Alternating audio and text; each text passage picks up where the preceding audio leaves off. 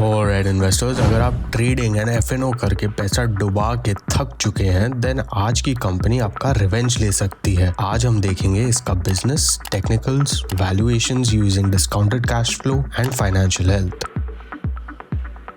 Share India securities basically एक technology company है, लेकिन इन्होंने काफी अलग अलग बिजनेसेस में डाइवर्सिफाई किया है। उसमें हम जाएंगे आगे, लेकिन उसके पहले कंपनी की जर्नी देख लेते हैं। ये शुरू हुई थी 1994 एंड तब से अब तक की जर्नी आपकी स्क्रीन पे है। एज यू कैन सी, इनका दलाली का बिजनेस है दलाल स्ट्रीट पे, एंड अलोंग द वे इन्होंने काफी एक्विजिशंस भी किए हैं। इनके प्रोडक्ट्स एंड ऑफरिंग्स देखने जाए तो कोर बिजनेस में इनके पास ब्रोकिंग है, प्रॉप ट्रेडिंग है, म्यूचुअल फंड डिस्ट्रीब्यूशन है, रिसर्च एंड डीपी फैसिलिटीज है। इनकी सब्सिडरीज है जो equity trading, insurance broking, NBFC मतलब लोन्स देने का काम करती है, इन्वेस्टमेंट बैंकिंग मतलब मर्जर्स एंड एक्विजिशंस जैसी डील करती है, and algo trading platforms provide करती है। एंड इनका एम है कि रिटेल इन्वेस्टर्स के हाथ में एल्गो पकड़ा दे। मतलब समझ रहे हो, जो रिटेल इन्वेस्टर कंपनी नहीं पढ़ पाता है ढंग से, उसके हाथ में तुम एक स्टैटिस्टिक्स की मशीन पकड़ा दोगे, क्योंकि in the end algorithm trading advance statistics है और कुछ नहीं। तो अगर आपको calculus, linear algebra and statistics नहीं आता है, तो मेरा फर्ज है एटलीस्ट मेरी ऑडियंस को समझाना, ये सबसे दूर रहो। Bulls and bears make money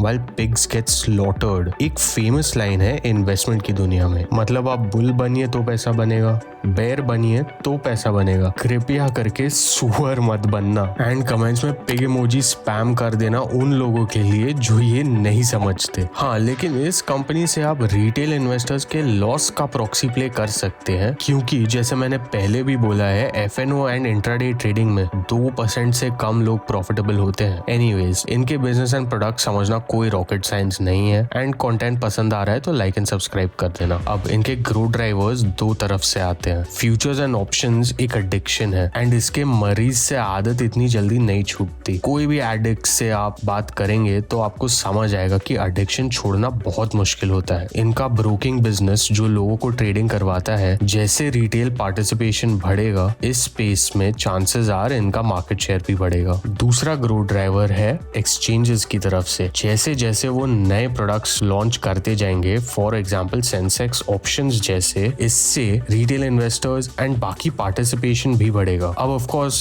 challenges भी होंगे इनके पास। मार्केट शेयर मिलना इस इंडस्ट्री में आसान काम नहीं है, स्पेशली जब आपके सामने जीरोधा, ग्रो जैसे डिस्काउंट प्लेयर्स हो, या फिर कोटक, एचडीएफसी एंड शेर खान जैसे फुल फ्लेज ब्रोकर्स हो। एक बहुत ही काल्पनिक सिनारियो है, लेकिन अगर सारे रिटेलर्स समझदार हो गए तो इनका बिजनेस दिक्कत में आ सकता है। लेकिन मुझे पता है ये सिर्फ एक काल्पनिक सपना है, तो इसके चांसेस बहुत लो है। इस इंडस्ट्री में रेगुलेशंस बहुत है, एंड अगर इन्होंने अगेंस्ट रेगुलेशंस कुछ किया तो चांसेस आर इनके रेपुटेशन पे रिस्क होगा। Here is a look at the management for you to go through. Make sure you do your research on them. Technicals में वीकली चार्ट्स पे कंपनी साइडवेज ट्रेंड में है काफी टाइम से। Daily charts पे company अपने पहले सपोर्ट को ब्रेक कर रही है, एंड इसका नेक्स्ट मेजर सपोर्ट 1424 के आसपास है, एंड फाइनली एक सपोर्ट 993 के आसपास। ऑफ कोर्स एक सपोर्ट बीच में भी है, but that's not major. Company breakout देगी 2026 के बाद, साल नहीं प्राइस, एंड उसके पहले 1762 के आसपास भी इसका एक छोटा सा रेजिस्टेंस है। ओके, तो इसके वैल्यूएशंस के लिए मैंने 6 साल के लिए इसे 25% ग्रोथ रेट दिया, एंड उसके बाद 12% पे स्टेबल कर दिया। इसके मार्जिन्स अभी